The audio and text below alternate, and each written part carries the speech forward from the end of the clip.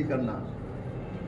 जब ये मनमोहन सिंह के सरकार ने हमको सरकार दिया था मोदी जी को, तब इंटरनेशनल जो इकोनॉमिस्ट ने अनुमान किया था जो भारत दुनिया के सबसे वास्ट इकोनॉमी, फ्राजिल इकोनॉमी में 5 नंबर में जाएगा। और मोदी जी ने 10 साल के अंदर फ्राजिल 5 में नहीं, टॉप 5 में लेकर, और अगले 3 साल के अंदर मेरा विश्वास है कि 3rd इकोनॉमी में पहुंचेगा। इसके मिडिल में कोरोना काल भी थे, 2 साल कोरोना काल भी थे, उसके बावजूद हमारे इकोनॉमी को सुरक्षित रखा गया है। पर कैपिटा इनकम देश के बड़ा है। 18 करोड़ युवाओं को रोजगार मिला है। रोजगार मतलब सरकारी नौकरी नहीं है, रोजगार का डेफिनेशन समझना चाहिए। तब तो मैं तो कहता हूँ अंबानी बोला हमारे बेटे को भी नौकरी नहीं है, टाटा का परिवार के लोगों को बोला हमको भी नौकरी नहीं है। मैं आशा करता हूँ हरियाणा का किसान समझता है कि किसान गर्व करता है। मैं देखता हूँ जो पशुमेल होता है, गाय में हाथ रख के मुझे दिखाता है, ये देखो मेरा गाय। हम जब पूछते हैं बोले गाय का ये कीमत कितना है, बोले साहब एक जमींदार जितना कमाता है मेरा ये भैंस और गाय इतना कमाता है। वो गर्व करता है, सीने ठोक के बोलते। इसलिए मैं आशा करता हूँ ये जो सर्वांगीण सभी युवाओं के लिए, अन्नदाता के लिए, महिला के लिए, किसानों के लिए बजट प्रस्तुत किया गया है। ये बजट सिर्फ हरियाणा नहीं पूरे देश के युवाओं को, महिला को, किसानों को नया दिशा देगा, स्थायित्व प्रदान करेगा, सशक्त भारत तैयार करेगा और आर्थिक रूप से भारत को मजबूती देगा। आप लोगों को कोई पूछना हो तो। कांग्रेस का आरोप है कि जो बजट में घोषणाएं की गई हैं मैनिफेस्टो से कॉपी की गई। कांग्रेस की देखो, मान के चलो आपने बोला ये करना चाहिए, हमने कर दिया तो अन्याय हुआ। पूछो ना, इनका ले तो विपद है, नहीं ले तब भी विपद है। मैं उनके नीलाई नहीं समझ पाता हूँ किस मिट्टी से बना हुआ है। कि अभी भी कॉलोनियल जो सोच है, ब्रिटिशर्स का सोच है उनके अंदर बैठा हुआ है। एक परिवार ही राज करेगा, तो ब्रिटिश भी तो वही चाहता था ना, ब्रिटिश ही वहां से महारानी राज करेगा। यहाँ भी यही है, उनको पसंद ही नहीं है विप्लव देव जैसा आदमी सीएम कैसे बन गया। अभी आप उसके सामने आएगा किसान हित की बात कर रहे थे। 2014 से पहले आपकी पार्टी के नेता, बड़े बड़े नेता अर्धनग्न होकर प्रदर्शन करते थे कि स्वामीनाथन आयोग की रिपोर्ट लागू की जाए। आपकी सरकार 10 साल और लगभग 3-4 माह हो गए हैं। स्वामीनाथन आयोग की रिपोर्ट कब लागू होगी और किसान का असली कल्याण कब? देखिए, ये आप बोलो इस किसान का असली कल्याण मैं एक ही जानता हूँ, अपने जैसा असली और नकली कल्याण नहीं जानता हूँ। ये कांग्रेस ही जानता है नकली कल्याण, असली कल्याण। हम तो एक ही जानते हैं, आपका भाषा तो असली कल्याण। क्योंकि आपके मन में भी संदेह है, नकली कल्याण भी है, मेरे मन में कोई संदेह नहीं है। मैं तो आपकी पार्टी की बात कर रहा हूँ सर। आपके नेताओं ने अर्धनग्न प्रदर्शन किया था। स्वामीनाथन आयोग की रिपोर्ट कब लागू? मैं बताता हूँ, आपने मरणोपरांत भारत रत्न भी दे दिया। मेरे मन में कोई संदेह नहीं है। आप देखो, अभी 2 बार आपने बोला उनको भारत रत्न भी हमने नहीं दिया, लेकिन आयोग की रिपोर्टें तो नहीं लागू हुई ना सर। देखिए, आपके मन में अभी भी है जो करेगा मोदी ही करेगा, इसलिए आप ऐसा बोल रहे हैं। आपको पूरा विश्वास है, क्योंकि मैं आपको बोल रहा हूँ मेरे दोस्त, मैं हो सकता चेहरा देखा हूँ, आपने बहुत अच्छा क्वेश्चन। क्योंकि इस देश के लोगों को विभ्रांत करके राजनीति करना, इस इलेक्शन में लोकसभा मैंने पॉलिसी इसके बाहर कुछ नहीं किया।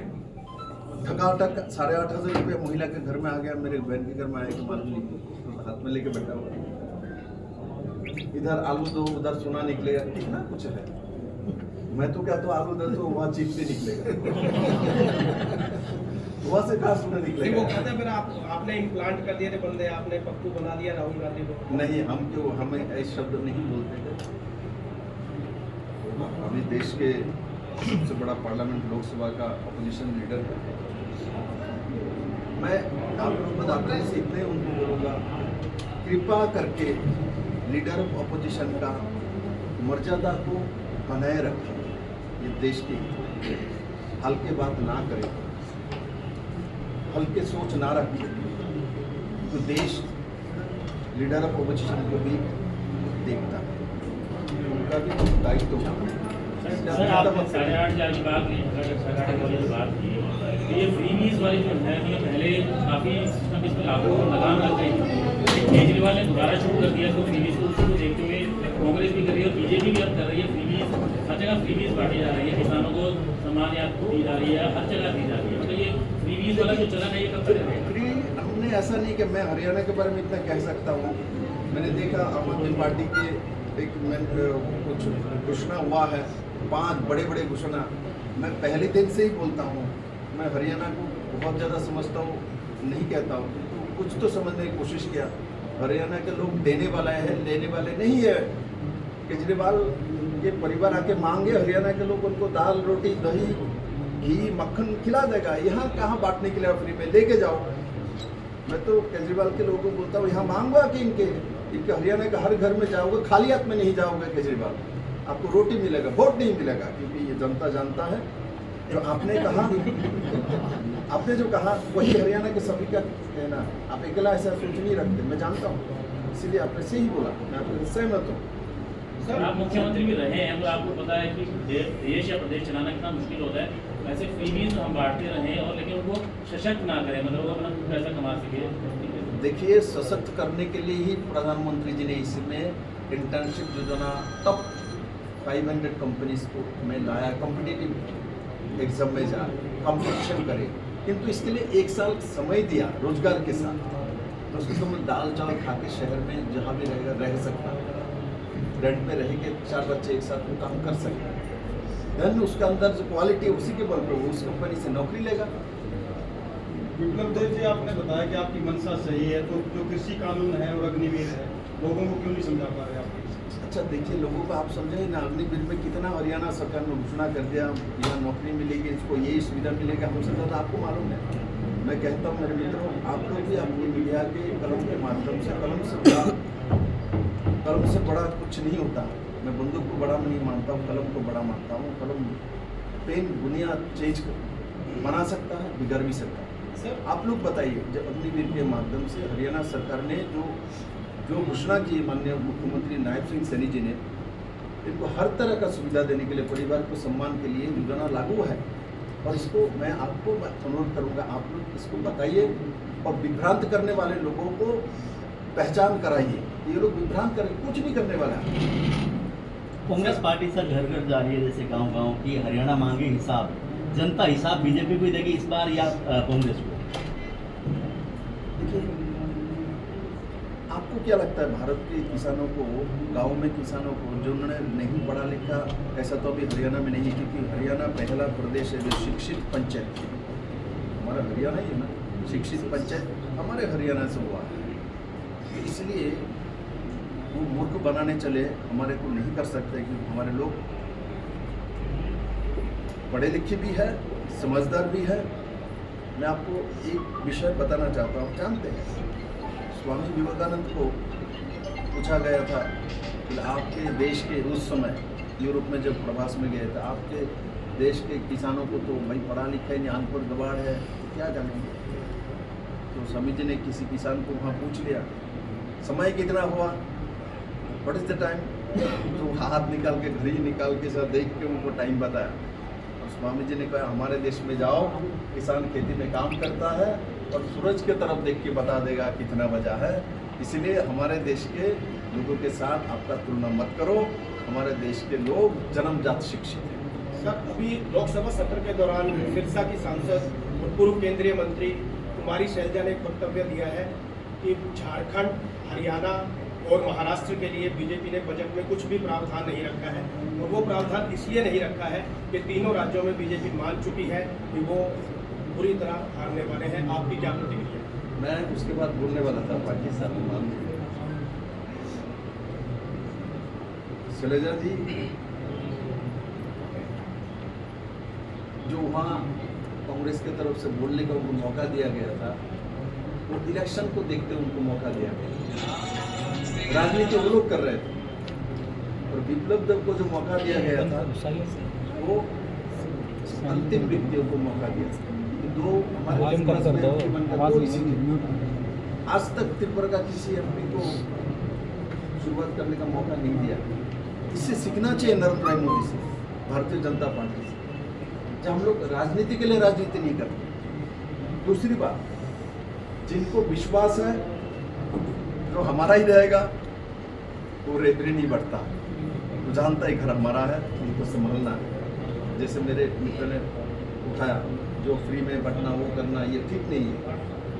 जिनको विश्वास है वो ऐसा नहीं करते। जो इलेक्शन जीतता है वो फॉल्स कमिटमेंट नहीं करता है। इसलिए भारतीय जनता पार्टी जनताओं के साथ है। मैं नहीं कहता हूँ जो चारों स्टेट में हम ही जीतेंगे, जनता जिताएंगे, जनता को कुछ नहीं है।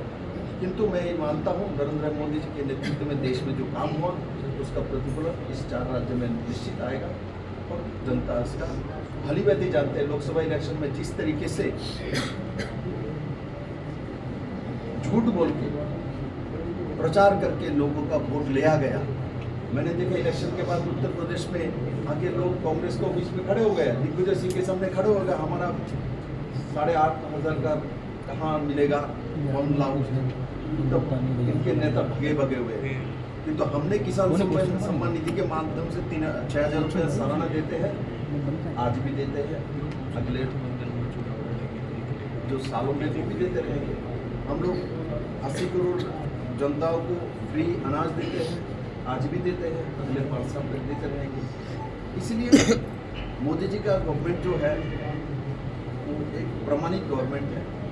और इनके सामने कांग्रेस हो बाकी इंडी गठबंधन के पार्टी की जो जोट है, इनकी तो अपने आप स्टेट में ही अलग अलग विचारधारा है, अलग अलग सोच है। इसलिए मैं मानता हूँ जनता जानते हैं, जनता उस हिसाब से विचार। सर एक क्वेश्चन जी, सर 1 मिनट सर, अगला चुनाव गठबंधन के साथ होगा या बिना गठबंधन के रहेगा? आप क्या चाहते हैं? आप बताइए, इलेक्शन आपने आप लड़ना, जो मैंने चाहते हो ही करना। विपुल जी आपने कहा 80 करोड़ नहीं, जनता, नहीं, एक मिनट। आप जो क्या चाहते हो बताओ। नहीं सर, आप बताइए सर, आपने मैं चुनाव बोल लड़ना है, रहा हूं, आप प्रभारी हैं, सह प्रभारी हैं। आप चाहते हो जो बताओ। नहीं सर, हम तो निष्पक्ष हैं जी, हम कुछ नहीं कह सकते। आप बताइए, अपना विचार रखिए। आपके मन की इच्छा तो बोला, आप क्या चाहते हो जो मैं आप जो चाहते हो वही मैं करूंगा। मैं सबके सामने बोल रहा हूँ। नहीं सर, ऐसा नहीं है। ये तो बात को वो टालने वाली बात है सर। डालने वाला नहीं, हाँ। मैं आपके चेहरे का हंसी देख के समझ में मुझे आता है आप चाहते हो मोदी जी के नेतृत्व में ही हरियाणा में सरकार बने और वही होने वाला है। सर एक छोटा सवाल है सर। जानकार और आपकी पार्टी के भी लोग मानते हैं कि जो आपकी कार्यशैली और विचारधारा, भाषण शैली अमित शाह से काफी मिलती है, आपको जूनियर अमित शाह कहा जाता है, इस पर क्या प्रतिक्रिया है? हाँ जी सर। विपुल जी अध्यक्ष बनाया, इनका आशीर्वाद से काम करता। विपुल जी सर माइक रह गए जी आपकी जेब पर।